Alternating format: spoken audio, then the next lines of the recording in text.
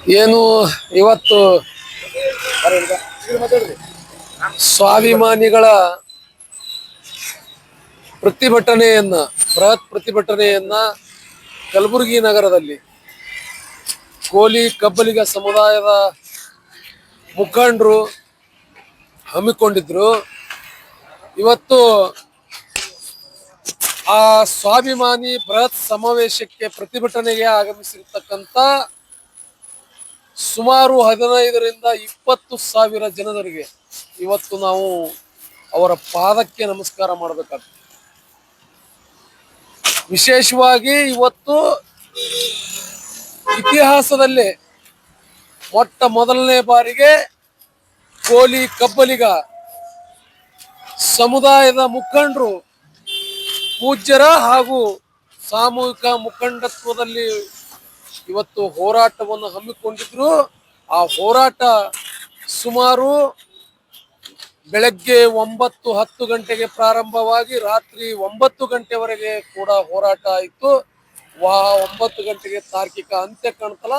ಇದಕ್ಕೆ ಧನ್ಯವಾದಗಳನ್ನ ಅರ್ಪಿಸ್ತಕ್ಕಂಥದ್ದು ನಮ್ಮ ಸಮುದಾಯದ ನಮ್ಮ ಜವಾಬ್ದಾರಿ ಅಂತಕ್ಕಂಥ ಮಾತನ್ನ ಈ ಸಂದರ್ಭದಲ್ಲಿ ಹೇಳ್ತೀನಿ.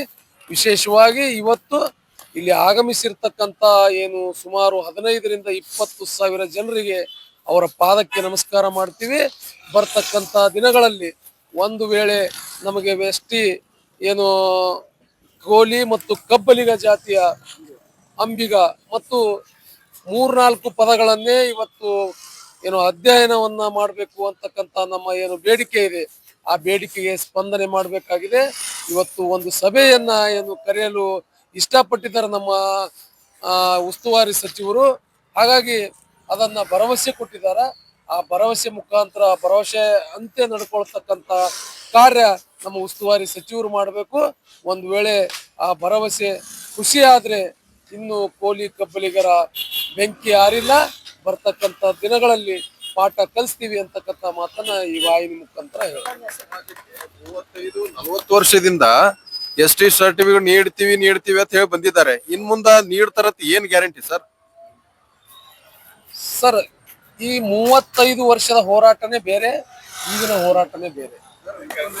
ಅದು ಈಗ ವಿಟ್ಟೋಲ್ಯರು ಇಲ್ಲ, ಅವಾಗೆ ಕೊಟ್ಟಿಲ್ಲ, ಈಗ ಮುಂದೆ ಏನ್ ಕೊಡ್ತಾರೆ?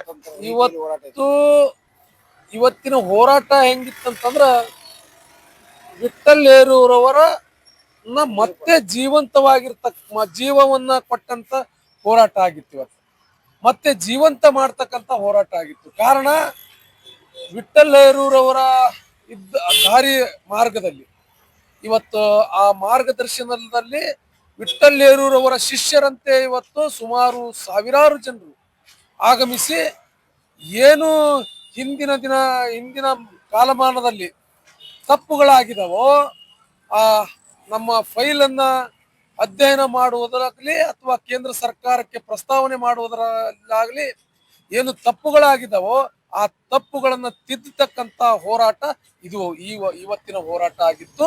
ಆ ತಪ್ಪುಗಳನ್ನ ತಿದ್ದಿ ಮುಂದಿನ ದಿನಗಳಲ್ಲಿ ನಮಗೆ ಯಶಸ್ವಿ ಸಿಗ್ತದಂತಕ್ಕಂಥ ಭರವಸೆಯನ್ನ ಇವತ್ತಿನ ಹೋರಾಟ ಮಾಡಿಕೊಟ್ಟಿದೆ ಅಂತಕ್ಕಂಥ ಮಾತನ್ನು ಹೇಳ್ತೀನಿ.